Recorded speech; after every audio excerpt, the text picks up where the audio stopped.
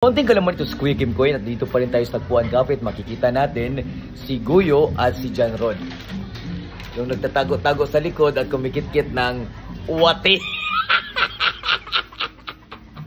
Halika't duduguli natin sila at ating papakita kung gaano kasarap ang pagkain ng spaghetti ng wati. Ano masasabi mo, Chef Guyo, sa iyong kinakaon ngayon na wati? Medyo juicy siya, sarap. Masarap?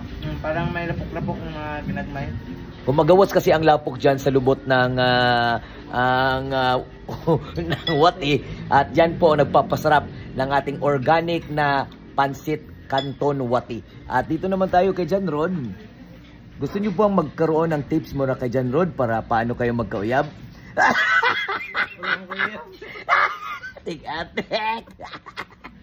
Nandito si John Rhodes at magkakaroon siya ng review sa pagkain ng pansit wati. Ano masasabi mo sa pansit wati, John Rhodes? Konnichiwa, watashi no namae wa John Rod desu. Pansit canton with rice. Wati with rice, especially delicious kayo. Makikita natin na siya po ay galing sa Tokyo, Korea. Pero siya po ay magsalita ng Japan. Nakikita natin, paula-ula pa siya sa pagsuyop ng wati.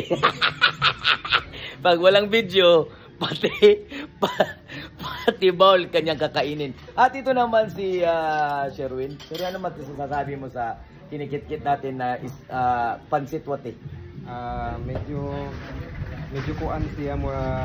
Nakikita natin dito na hinuhukad niya na ang wati. Ayan, tilawan natin.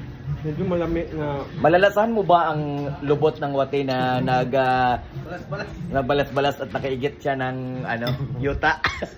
Murag laming guyo. Kaya ano masasabi mo? Mas lamig pa daw ka sa wati. Lamig pa ko sa wati kay kaon na ko ang wati. Lamig ko sa wati. Dagway sa nilamian. Pinero.